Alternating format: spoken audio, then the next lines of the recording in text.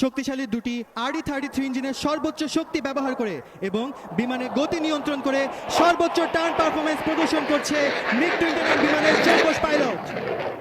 বহুমুখী ভূমিকায় নিয়োজিত 4th জেনারেশন ফাইটার MiG-29 যুদ্ধবিমান পশ্চিমা বিশ্বসহ সারা পৃথিবীতে ঈর্ষণীয় এই MiG-29 যুদ্ধবিমান ডগ ফাইটে বিশ্বের যে কোনো যুদ্ধবিমানকে পরাস্ত করতে সক্ষম। মহামান্য রাষ্ট্রপতিকে ফ্লাইং স্যালুট প্রদর্শনের জন্য এগিয়ে আসছে MiG-29 যুদ্ধবিমান। প্রথাগতভাবে একে নাইফ ম্যানোভারও বলা হয়। সুধীমণ্ডলী, এবারে দেখবেন flying salute to the chief guest.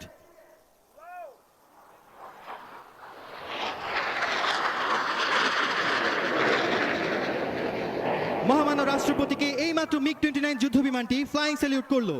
শক্তিশালী ইঞ্জিন ও সর্বোৎকৃষ্ট অ্যারোডাইনামিক ডিজাইনের এই বিমানটি অত্যন্ত স্বল্প গতিতে দ্রুততার সাথে দিক ও উচ্চতা পরিবর্তন করে শত্রুর বিরুদ্ধে নিজেকে আক্রমণাত্মক অবস্থানে নিয়ে যেতে পারে। MiG-29 বিমানটির এই কৌশল প্রদর্শনের জন্য এখন দিক পরিবর্তন করে প্যারেড গ্রাউন্ডের দক্ষিণ দিকে অবস্থান নিচ্ছে। কিছুক্ষণের মধ্যেই আপনারা দেখতে পাবেন ডান আকাশ থেকে স্বল্প গতিতে এগিয়ে আসা MiG-29 বিমানের স্লো স্পিড হ্যান্ডলিং ম্যানুভার। স্বল্প গতিতে আকাশে ভেসে থাকার সক্ষমতা এই বিমানটিকে দিয়েছে যুদ্ধক্ষেত্রে এক অনন্য সুবিধা এবং কার্যকরী যুদ্ধ কৌশল প্রদর্শনের সুযোগ। সুধীমণ্ডলী, আপনাদের দৃষ্টি আকর্ষণ করছি ডান দিকে প্যারেড গ্রাউন্ডের দক্ষিণ আকাশে MiG-29টি প্রদর্শন করবে স্লো স্পিড হ্যান্ডলিং ম্যানুভার।